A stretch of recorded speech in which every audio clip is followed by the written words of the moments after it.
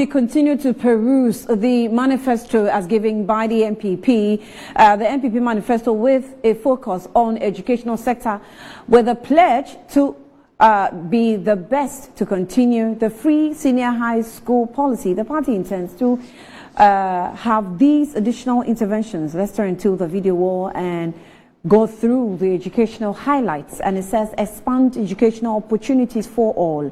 Increase the stock of students' accommodation in our public universities and other public tertiary institutions to address the housing deficit on campuses and make them affordable. Also introduce a free tertiary education scholarship for PWDs to remove financial barriers to pursuing educational goals. On scholarships, it says A.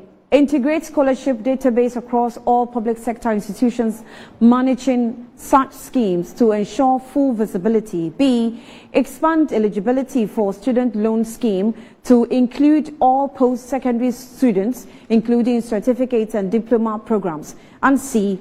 Prioritize and direct a significant proportion of national scholarship schemes towards training and skills development in STEM. So we have more. It says implementing full and centralized applicant processing services for tertiary institutions. You apply once and pay once. Establish an open university. Those who after completion of tertiary education have secure jobs will be exempted from the national service.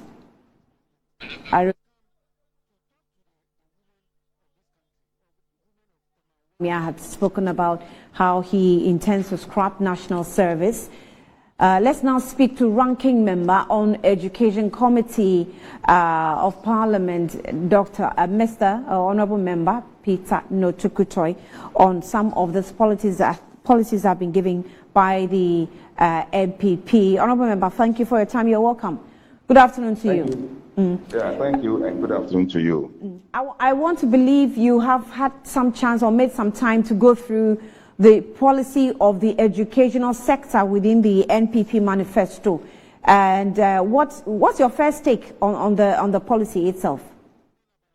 Well, thank you very much. I don't think the policies he has mentioned are different from what we are seeing being implemented already. If you look at the scholarship scheme, it has been one which is not working in the interest of students, especially those from the rural areas, those who are needy. But the scholarship awards are going to people who are already well-to-do, people who have the means already. And we as a minority, we have been calling for the provisions that will make scholarship available to the needy and then the brilliant ones. So if you take, for instance, the scholarship secretariat as it is now, we are saying that it has outlived its usefulness. And that we as a party, when we come into office, we will establish the National Scholarship Authority, which will have the powers of enactment of a law to make sure that the scholarship is streamlined and is given to deserving students. For that will meet the needs and aspirations of the nation. So all that he has said about scholarship, I don't think has any solution to the challenges that we are facing already. Well, you say that we have already some of them ongoing or being implemented. However, there was the PWDs, as the persons with disability mentioned as well, which the next government of the NPP is looking to also granting them some scholarship schemes of that nature. Is that not a good thing to welcome? Oh, that is also already in the system. If you go to the district assemblies, 3% of the district assemblies common fund is allocated for such purposes. And if any assembly is not doing so, then they may have a question to... Such purposes as what? Because this manifesto was quite specific on what it wants to do with persons living with disability. So what is actually allocated within the fund that you're talking about? Is it something that has a specific agenda on PWDs? Yeah, I have stepped in a position that before, which worked on or which dealt with these funds for the disability. And we used it to provide scholarship for persons with a disability in our tertiary institutions and even secondary schools. I remember very well. So that money, as I know now, is being disabused, so that they are not making it more profitable and accessible to persons with a disability. Yeah. So if he's talking about a new scheme, why don't you streamline what is already existing?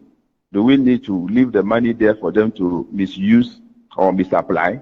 I think that is the issue that he should have addressed, because there is already a provision for persons with a disability.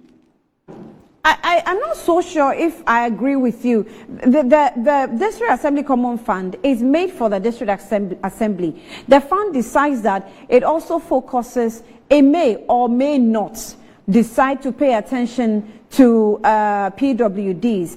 But in this policy, or this new policy that Dr. Bawumia is proposing, is focusing or looking at streamlining a targeted group of people, which is why PWDs was specifically mentioned. Not so?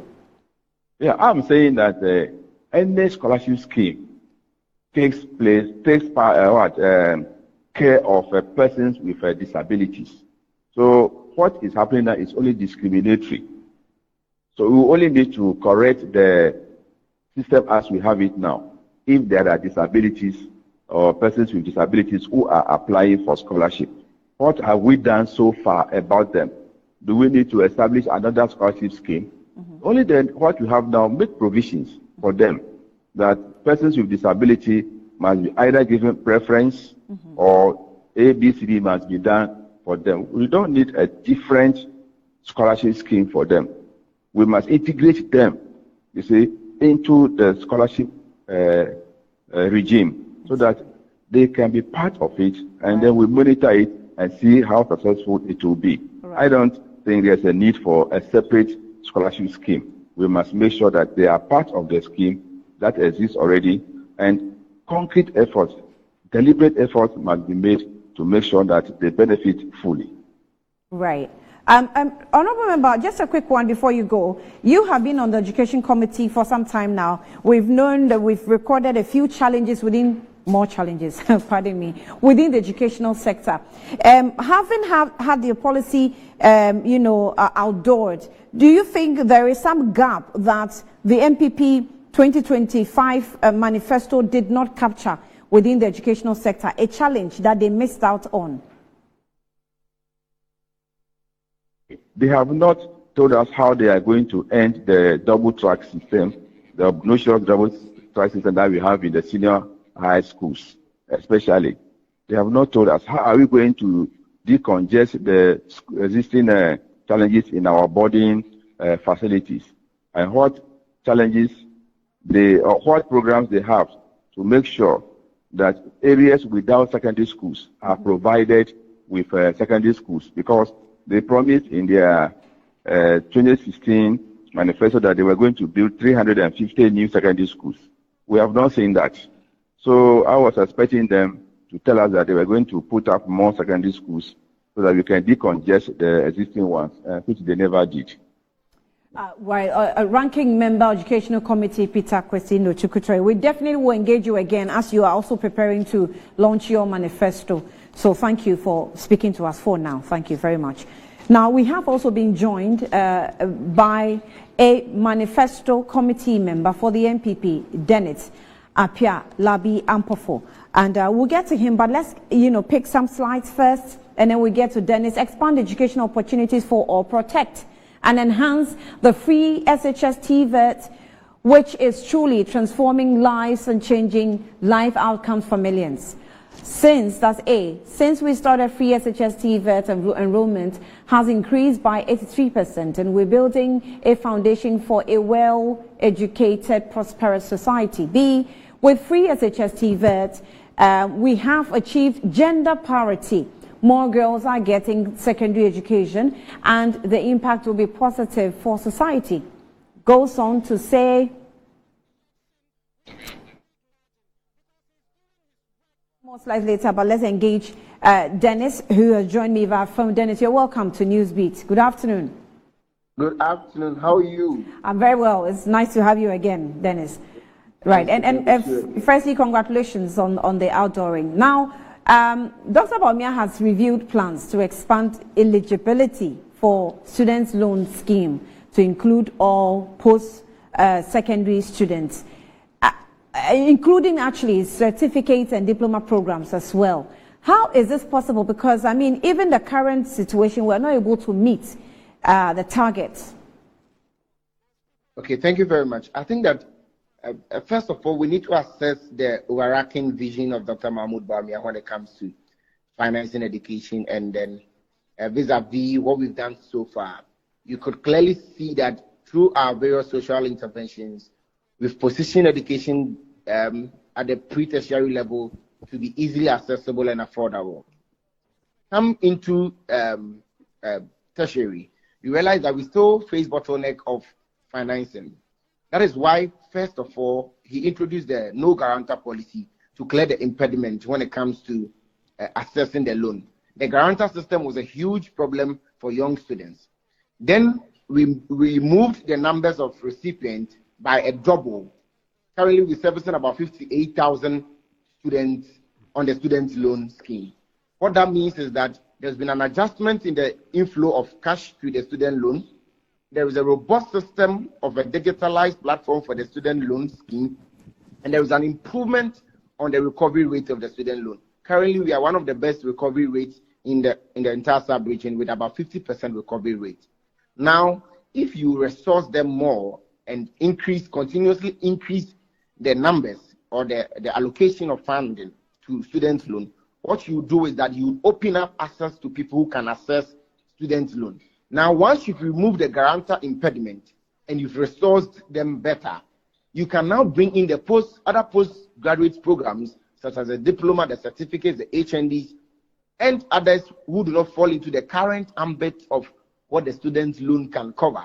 So truly, our current record and our current effort at revitalizing and restructuring the student loan is to make it a robust one, is a clear indication that it is very, very possible and feasible to want to expand it to include more and more young Ghanaians who struggle to have finance to pursue higher education. Because that is a workable way, it is a practical way, and it is the sustainable way of financing education, even in advanced economies. I see. So it's possible.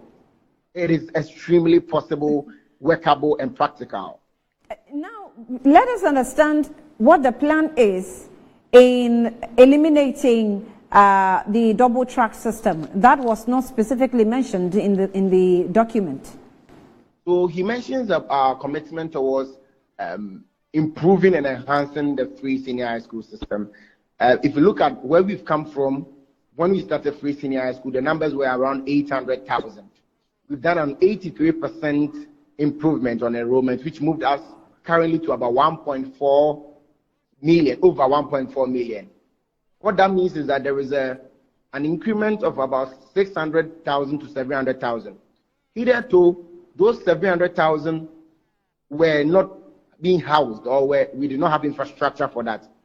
So if we have moved double track from about 90%, 100% of all schools, currently we are doing about 30%, just about 30% of our schools still do double track. It tells you that considerable number of infrastructure has been put in place, i.e. our Get Fund project, our emergency. Hold on, just a moment. So the elimination of the double track system was possible as a result of infrastructure that has been added to the school's infrastructure, right? Is that what you're saying? Yes. Okay. So that makes it possible. And clearly you can see the number of projects we've embarked on in our schools through our SHS emergency infrastructure project, our Get Fund project. What we are saying is that the enhancement of the free senior high school and elimination of the double track is part of a comprehensive plan that has been ongoing.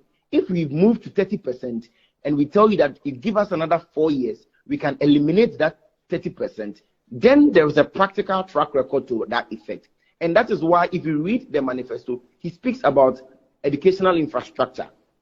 The educational infrastructure has a bulk of focus at our TVET, our senior high school levels. Okay. That becomes a very important aspect of what we want to do and how we intend to eliminate the various bottlenecks and the infrastructure deficits that we have in our various schools. How important is basic education to you as a member of the education committee of the manifesto?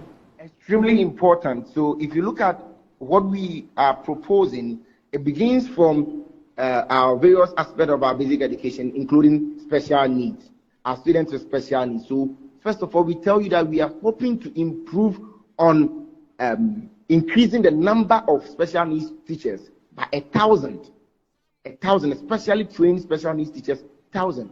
We now come to the issue of our teachers and our various facilitators in our normal basic schools. We tell you about the various capacity building programs that we want to hold to ensure that one of the vital points in basic education is the facilitators, is those who give the lessons. If you do not improve the quality of lessons you give, whereas you've expanded enrollment to about 97% basic school enrollment, you need to also focus on the teacher capacity. And that is what we hope to be doing in the next few years, whilst continuously improving on infrastructure.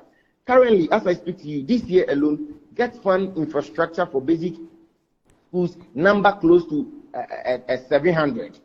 700 plus basic school infrastructure projects are currently ongoing all across the country, with the bulk of them being in the northern part of our country. All right.